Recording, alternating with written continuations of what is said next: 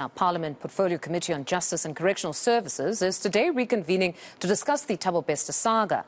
This after the meeting was postponed last week when G4S officials failed to pitch and instead sent a legal representative. Bester, who was believed to have died in a prison cell, skipped the country after he was spotted at a grocery shop. The eNCA senior reporter Aviwe Mtila is following proceedings and brings us an update from Parliament. Good morning, Aviwe. So it seems it hasn't yet started. What exactly are we expecting today?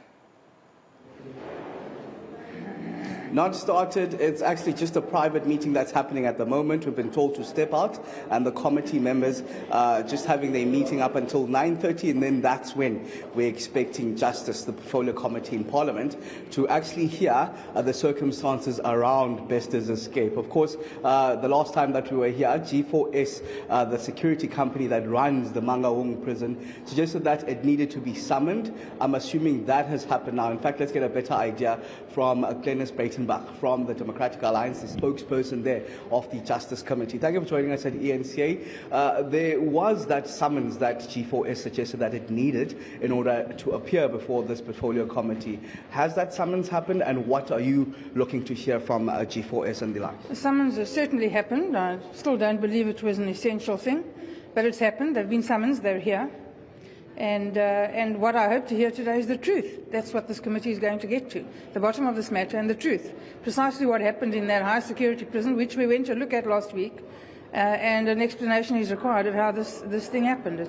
It certainly didn't happen on the spur of the moment. It certainly wasn't a one-man show. And certainly a lot of money was spent. So answers are the order of the day today. You were in Mangaung, the prison itself.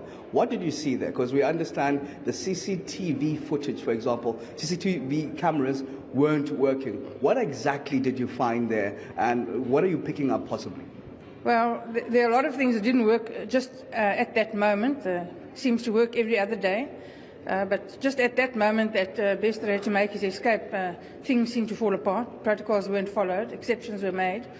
So there are a lot of coincidences that need to be explained. The CCTV cameras did work, but the recording equipment, for some odd reason, just didn't record that particular incident. So, a lot of things that are deeply concerning, and we have a lot of questions this morning. And in maybe your preliminary investigations, did you find out if the Correctional Services Act was followed and an inquest into the death was actually done thoroughly? No, that was an inspection in loco of the site of the prison, just to understand the procedures. Today we will delve into those matters about inquests and what was done and what wasn't done and why it wasn't done.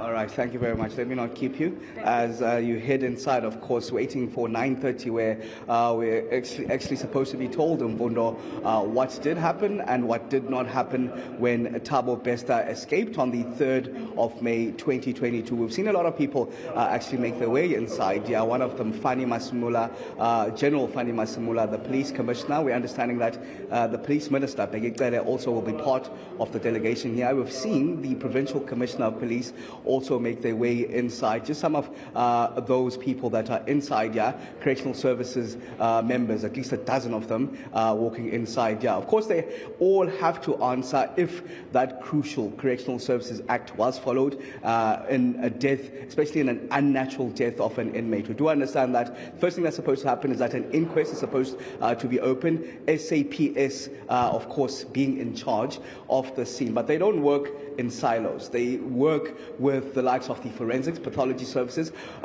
They work alongside G4S as the company that runs the prison itself. Correctional Services also has to conduct their own investigations. They're all supposed to do site inspections, of course, but just from the evidence that we have, the number of documents that we have, Mfundo, it seems to suggest that that inquest wasn't done. I say this because they're all supposed to be working together and have conclusive findings as to exactly what happened that caused the fire, who the person that was burnt is, but it seems like they're all speaking different languages. For example, on the 4th of May, just a day after Bester supposedly died in that fire, the autopsy came out. The autopsy suggested two things. One, that the person that was burnt there was not Thabo Bester, and in fact, that person, by the time that that fire happened, that person was already dead.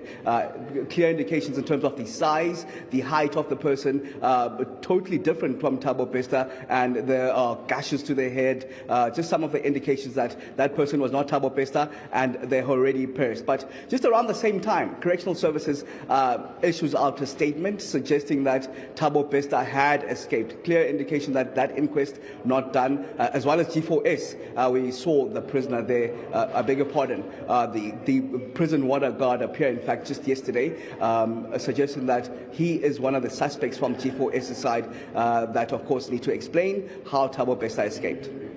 And a very interesting statement there by Glenys Breitenbach saying that there was a lot of coincidences that will need to be explained by G4S come at 9:30. Aviwe, we'll leave it there for now and catch up with you around that time. That is senior reporter Aviwe Mtila, who's monitoring proceedings that get underway at 9:30 in Parliament this morning.